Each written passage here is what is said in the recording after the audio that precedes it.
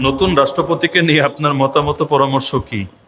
আসলে আমাদের পরামর্শ আর মতামত দিয়ে রাষ্ট্রের কিছু আসে যায় না, এবং এই ক্ষেত্রে এগুলো কারো কাছে গ্রহণযোগ্য বা আমলযোগ্য হবে বিষয়টা এরকম না।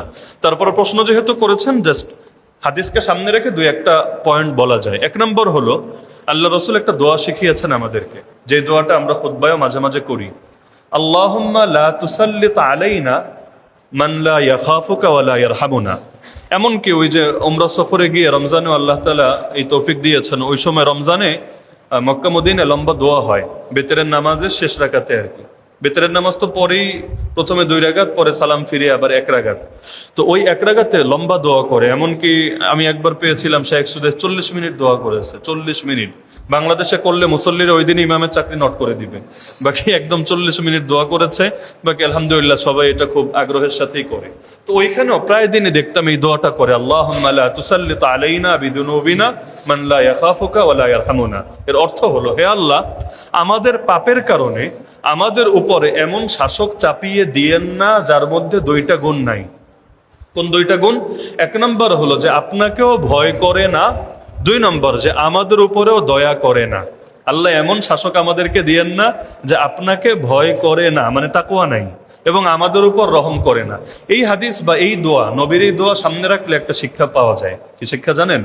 যে শাসক হতে হবে, শাসক সে যেই লেভেলের শাসকই হোক না কেন, শাসক হতে হবে এমন তার মধ্যে 2টা গুণ মাস্ট লাগবে। এই লাগবে, 1 নম্বরে আল্লাহর ভয় আছে, কারণ আল্লাহর ভয় না থাকলে দুর্নীতি করবে।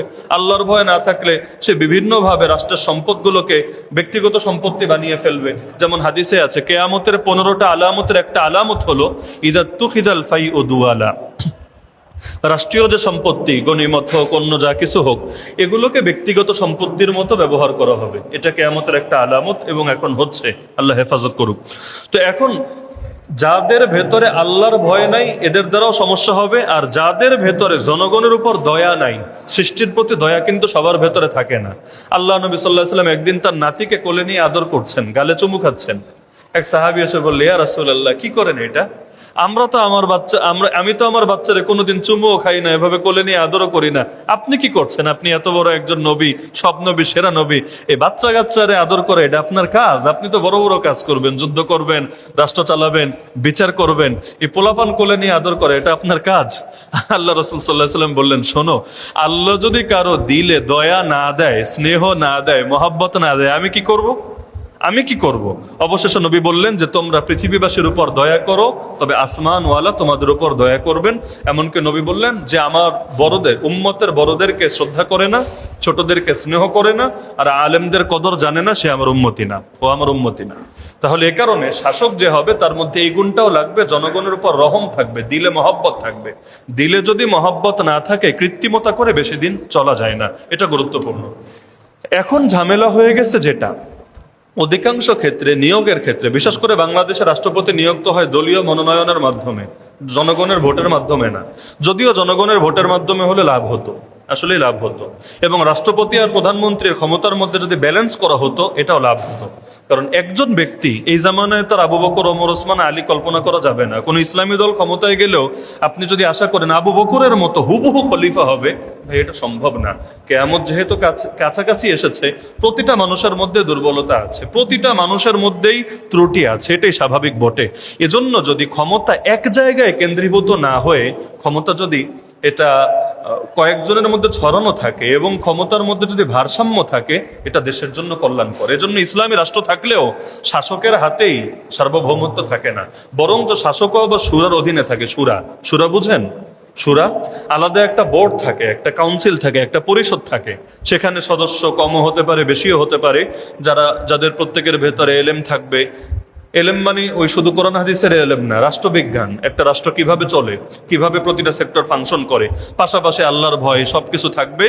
তারা শাসকের উপরও ছড়ি ঘোরাতে পারবে। এমনকি শাসক যদি পুরো আদর্শহীন হয়ে যায়, অর্থাৎ কুফরি আদর্শে জড়িয়ে গিয়েছে, কাফেরদের দালালে শুরু করেছে, ওই শুরার হাতে পাওয়ার থাকবে, তারা গদি থেকে সরায়া মুসলমানদের জন্য কল্যাণকর শাসক নিয়োজিত করবে। শুরা যদি না থাকে, ঝামেলা হবেই হবে, সেটা ইসলামী দলই হোক, মাদ্রাসাই হোক, যাই হোক না কেন। এজন্য ভালো মাদ্রাসাগুলো রাষ্ট্রগুলোতেও মুহতামিমের হাতে একমাত্র পাওয়ার থাকে না, উপরে আবার শুরা থাকে, শুরা, এবং শুরায় ভালো ভালো আলেমরা থাকে, তারা দেখে যে প্রিন্সিপাল ঠিক আছে নাকি কোনো জায়গায় শরীয়তের বিধান লঙ্ঘন হচ্ছে, বাচ্চাদের হক নষ্ট হচ্ছে। অথচ বাংলাদেশে শুরা কই? বাংলাদেশে সুরাটা কোথায়? সুরা যদি থাকতো তাহলে বিগত সময়েও কেউ এত ফ্যাসিস্ট হতে পারতো না, এত বড় স্বৈরাচারী হতে পারতো না। সুরা কন্ট্রোল করে ফেলতো, যখন দেখতো সীমা লঙ্ঘন করে ফেলছে তাকে ওয়ার্নিং দিত। ওয়ার্নিং এর কাজ হলে আলহামদুলিল্লাহ, না হলে বলতো তোমারে সরায়া আমরা আরেকজনকে বসাচ্ছি। অথচ এই সিস্টেমটা ইসলামে আছে, কিন্তু আমাদের এই রাষ্ট্রগুলোতে নাই। তো এখন রাষ্ট্রপতি আর প্রধানমন্ত্রীর ক্ষমতার মধ্যে যদি ভারসাম্য থাকতো, আর রাষ্ট্রপতিও জনগণের ভোট দ্বারা নির্বাচিত হতো, একসময় তো হতো, বাংলাদেশেও হতো, ওই হাফেজ জিয়াউর রহমাতুল্লাহ রাষ্ট্রপতি নির্বাচনে দাঁড়িয়েছিল। এখন বাংলাদেশের রাষ্ট্রপতিটা হলো ওই ব্রিটেনের রাজার মতো। ব্রিটেনে একসময় রাজতন্ত্র ছিল, এজন্য তখন রাজা ছিল, রানী ছিল। এখন রাজতন্ত্র নাই, গণতন্ত্র এসেছে, কিন্তু ঐতিহ্যটা ধরে রেখেছে। ঐতিহ্য ধরে রেখেছে কিভাবে? যে নামকা আস্তে একটা পদ আছে, রাজা রানী, যাদের হাতে ক্ষমতা না, যারা চাইলেও দেশ চালাতে পারবে না, যে কোনো জিনিসকে লিগ্যাল ইলিগ্যাল ঘোষণা দিতে পারবে না, কিন্তু তাদের কাজ হলো ভার্সিটিতে গিয়ে সমাবর্তন অনুষ্ঠানে বাচ্চাদেরকে বিদায় দিবে, বিভিন্ন অনুষ্ঠানে গিয়ে ফিতা কেটে উদ্বোধন করবে, বরকতি কাজ আর কি। তো এখন বাংলাদেশেও যখন ব্রিটিশের আদলে গণতন্ত্র গ্রহণ করা হলো, বাংলাদেশের গণতন্ত্র কিন্তু আমেরিকান সিস্টেমে না। আমেরিকায় দেখবেন প্রেসিডেন্টের হাতে পাওয়ার, তাই না? ট্রাম্পের হাতে যেমন এখন পাওয়ার, কিন্তু বাংলাদেশে প্রেসিডেন্টের হাতে না। একটাকে বলে প্রেসিডেন্সিয়াল ডেমোক্রেসি, আর একটা হলো এই সংসদীয় ডেমোক্রেসি, সংসদীয় পার্লামেন্টারিয়ান এই সিস্টেম। তো বাংলাদেশের সিস্টেমটা হলো ব্রিটিশের আদলে। বলবেন কেন? কারণ ব্রিটিশরা তাড়িয়েছে, ব্রিটিশের আদর্শের জাতি তারাই নেই। এখনো পর্যন্ত ব্রিটিশের আইন, ব্রিটিশের সিস্টেম, ব্রিটিশের ফর্মুলা সবকিছু আঁকড়ে ধরে আছে। তো এখন ব্রিটিশের মধ্যে তো রাজা আছে, রানী আছে, এখন বাংলাদেশে রাজা রানী পাবে কোথায়? রাজা রানীর বংশও নাই, এবং বংশীয় সিস্টেমে রাজা রানী বানানোর সিস্টেমও নাই। তো ভাবলো আমরা একটা প্রেসিডেন্ট রাখি, ওই নামকে আসতে প্রেসিডেন্ট, যে গিয়া ফিতা কাটবে, যে গিয়া বিদায় দিবে, ইত্যাদি ইত্যাদি বরকতি কাজ করবে। এজন্য হামিদ সাহেব যখন প্রেসিডেন্ট ছিল কিশোরগঞ্জের, মাঝে মাঝে দুষ্টমি করে বলতো যে আমারে যা লিখে দিয়েছে, আমার তো এর বাইরে বক্তব্য দেওয়ার সুযোগ নাই, আমাকে যা বলতে বলেছে হুবহু আমি তা বলবো। এটা আসলে কোনো আদর্শ পদ্ধতি হতে পারে না। তো এখন ব্যক্তিকে এটা বিষয় না, আমি মনে করি রাষ্ট্রপতি এবং প্রধানমন্ত্রীর ক্ষমতার মধ্যে যদি ব্যালেন্স করা যায়, এবং রাষ্ট্রপতি এবং প্রধানমন্ত্রী উভয়ের মধ্যে এই গুণ যদি সবসময় থাকে, যে আল্লাহর ভয়ও থাকবে, জনগণের প্রতি দয়াও থাকবে, তাহলে একটা দেশ এবং এ দেশের জাতি উপকৃত হতে পারবে।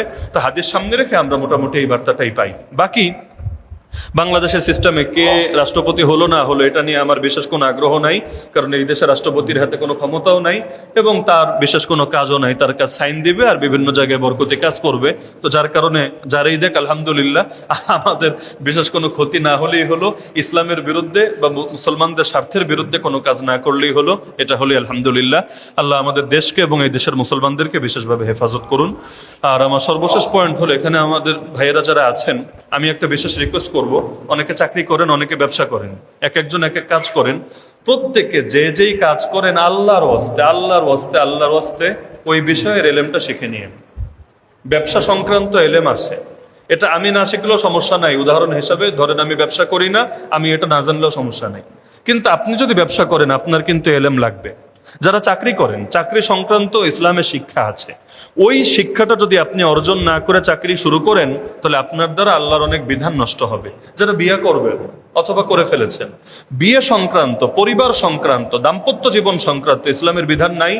যদি আপনি জেনে থাকেন আলহামদুলিল্লাহ, যদি জেনে না থাকেন আল্লাহর ওয়াস্তে এলেমটা শিখে নিয়েন, না হলে নিজের অজান্তে আপনার দ্বারা ভুল হবে, আল্লাহর বিধান লঙ্ঘন হবে। এজন্য যে যেই কাজ করবেন তার জন্য সেটার এলেম শিখে নেওয়া ফরজ, মনে রাখবেন। যে যেই কাজ করবেন তার জন্য সেটার এলেম শিখে নেওয়া ফরজ।